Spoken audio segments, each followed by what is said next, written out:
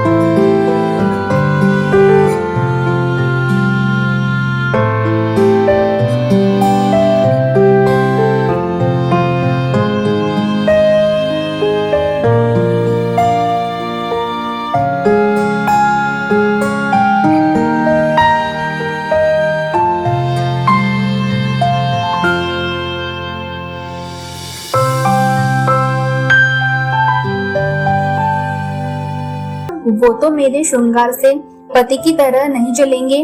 भगवान, मैंने हमेशा से ही अपने पति को अपना इष्ट मानना चाहा। सोचा कि उन्हें किसी तरह का दुख न दूं और हरदम उनकी सेवा करूं। अब क्या करूं? सारा दोष मेरे नसीब का ही है। वो तो निर्दोष है। मेरे भाग्य में जैसा लिखा है मैं वो सब भोग रही हूँ। इतना सब पता होने के बाद भी जब भी उन्हें देखती हूँ तो मन में दुख होता है। जब वो कुछ दिनों के लिए बाहर चले जाते हैं तो मन का बोझ कुछ कम हो जाता है। उनके न होने से हंसने खेलने और जीवन को जीने लगती हूँ। फिर जब कुछ दिनों के बाद वो लौट आते हैं तो उसी तरह का सन्नाटा और दुख छा जाता है। मेरे मन में होता है कि वो मेरे पिछले जन्म के दुश्मन रहे होंगे और उस दुश्मनी का बदला लेने के लिए उन्होंने मुझसे विवाह किया होगा। तभी न मेरा मन उन्हें देखते ही उदास हो जाता है और उनकी सूरत मुझे बिल्कुल नहीं भाती। शायद इसी वजह से वो मुझे देखकर जलते रहते हैं। विवाह न किया होता तो शायद आज सुखी होती, किंतु दुनिया का दस्तूर है कि बेटी को किसी न किसी पुरुष के साथ जन्मों के लिए बांध दिया जाता है। यह क्या जाने कि एक युवती अपने पति को लेकर कितने सपने संजो कर रखती है। उसके लिए उसका पति कितना खास होता है, लेकिन यहाँ सब उल्टा है। इन्हें देखते ही मेरे सीने में जलन सी होने लगती है। कभी इन्हें देखकर आंखों की वो शीतलता नहीं मिली जो पति को देखकर एक युवती को मिलनी चाहिए। उधर सुशीला को देखती हूँ तो दुख और बढ़ जाता है। वो हमेशा हंसती मुस्कुराती है, कभी अपनी गरीबी का रोना नहीं रोती।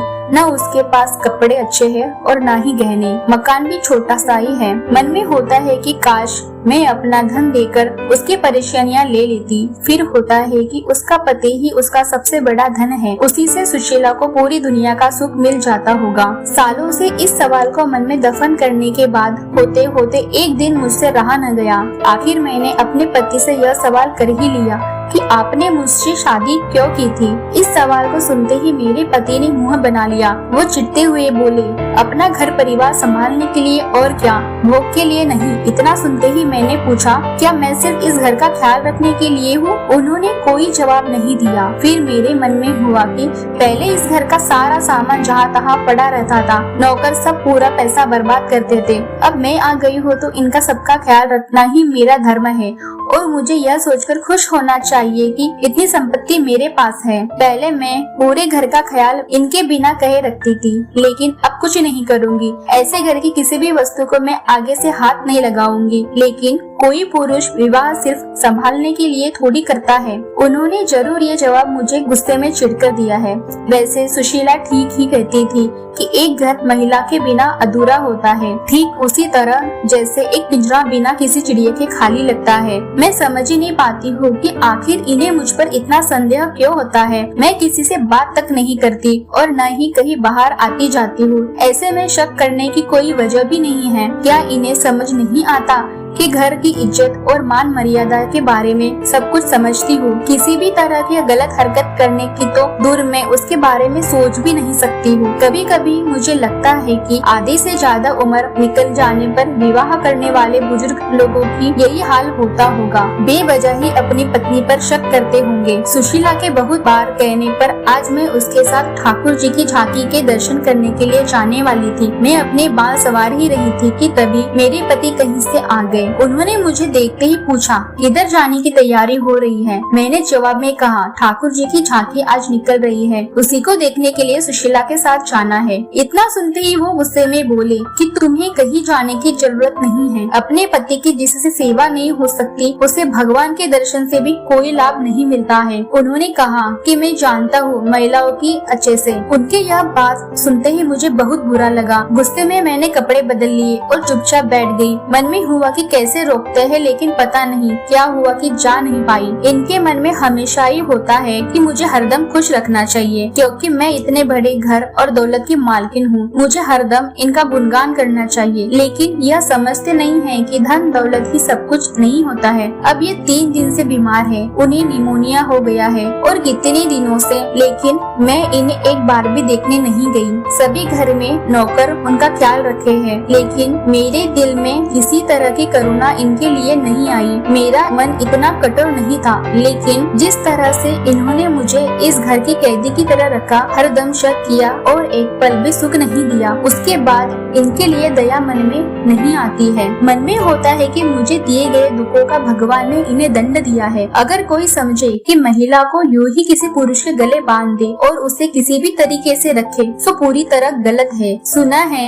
कि वो अपनी बीमारी का दोष मुझे ही दे रहे हैं, लेकिन मुझे परवाह नहीं है। ये चाहे तो किसी को भी अपना धन दौलत दे सकते हैं, इसकी मुझे बिल्कुल जरूरत नहीं है। होते होते एक दिन वो गुजर गए। आज उनको गए 3 दिन हो चुके हैं। मैंने उनके जाने के बाद चूड़ियां नहीं तोड़ी। मैं सिंदूर तो पहले भी नहीं लगाती थी और अब भी नहीं लगाती। मेरे बुजुर्ग पति बेटे ने उनका अंतिम संस्कार किया। घर के सभी लोग तरह तरह के मुझे ताने देते हैं, मेरे बंधे हुए लंबे बाल देखकर सुनाते हैं, लेकिन मुझे जरा भी बुरा नहीं लगता है। ऊपर से मैं सबको चिढ़ाने के लिए रंग बिरंगी साड़ियाँ भी पहन लेती हूँ। मेरे मन में होता है कि मैं इस कैद से रिहा हो गई हूँ। एक दिन मैं सुशीला के घर गई। उसके घर में किसी तरह की सुख सुविधा नहीं थी, चारपाई तक वहाँ पर नहीं थी, लेकिन वो इतनी खुश थी कि उसे देखते ही मन में ऊर्जा का संचार हो जाता है। इन लोगों को गरीब और नीच कैसे समझे जो हरदम मुस्कुराते रहते हैं और प्रेम भरी बातें करते हैं। भले यह आनंद पल भर का था, लेकिन इससे जीवन सफल सा लगता है। फिर एक दिन मैंने सुशीला से पूछा कि अगर तुम्हारे पति किसी दिन परदेश नौकरी के लिए चले गए तो क्या तुम उनकी याद में रो रो कर अपनी जान दो दोगी? सुशीला जवाब में बोली, नहीं, जान तो नहीं दूंगी, लेकिन उनकी याद में हरदम मन आनंदित होता रहेगा। भले ही वो सालों परदेश में रहे, लेकिन उनकी याद हमेशा ही मुझे खुशी देती रहेगी। मैंने भी कहा कि सुशीला, मुझे भी ऐसी ही खुशी चाहिए जिसके आनंद में हमेशा मैं झूमती और गाती रहूं। ऐसा आनंद जो कभी कम ना हो। मन आजकल काफी परेशान और चंचल था। होता था कि एकदम उठ जाऊं। भक्ति के ग्रंथों को पढ़ने का भी मन न था और न ही बाहर कहीं सैर करने का। ऐसा लगता था कि मन को पता ही नहीं उसे क्या चाहिए, लेकिन मेरे दिल में अपने पुराने दुख ही चल रहे थे। अब मुझे किसी की भी निंदा से फर्क नहीं पड़ता था। दिमाग में यह बात भी उठ रही थी कि मेरे माता पिता ने पैसों के लोभ में बूढ़े से विवाह करवा दिया और उसने भी सिर्फ अपनी जिद पूरी करने के लिए मेरी मांग में सिंदूर डाला, लेकिन जिंदगी भर शक ही करता रहा। एक दिन घर के सभी लोग सो रहे थे। कमरे में मेरा दम घुट रहा था, इसलिए मैं दौड़कर उस घर से बाहर की ओर भाग गई। तभी मुझे बुढ़िया दिखी। मेरे मन में हुआ कि कहीं वो कोई चुड़ैल न हो। तभी बुढ़िया ने कहा कि किसका रास्ता देख रही हो? मैंने जवाब में कहा, मरने की राह देख रही हूँ। बुढ़िया बोली, अभी तुम्हारे नसीब में मौत नहीं है, तुम्हें कई सारे सुख भोगने हैं। मैंने भी चिढ़ते हुए उस बुढ़िया से पूछा कि इतनी रात में तुम किस्मत की लकीरें पढ़ लेती हो? आंखों से थोड़ी बढ़ती हूँ, अक्ल से पढ़ लेती हूँ। ये काम करते हुए कि सारी उम्र बीती है। तुम्हारे अब अच्छे दिन आ रहे हैं। मैं बस यही चाहती हूँ जिसकी जो मनोकामना हो उसे वो मिल जाए। जवाब देते हुए बुढ़िया ने कहा, मैंने कहा कि मुझे कोई धन दौलत नहीं चाहिए और जो मैं चाहती हूँ वह तुम नहीं दे सकती हो। तब बुढ़िया ने कहा, मैं जानती हूँ तुम्हें जीवन में सिर्फ प्रेम चाहिए और मैं यह तुम्हें दिला सकती हूँ। मैं तुम्हें प्यार की नाव में बैठा सकती हूँ। उस अम्मा की बातें सुनकर मुझे लगा जैसे कि वो स्वर्ग से मेरी मदद करने के लिए आई हो। मैंने पूछा, अम्मा तुम्हारा घर कहाँ है? उसने कहा कि पास में ही बेटा। मैं उस अम्मा के पीछे पीछे पीछे चलने लगी।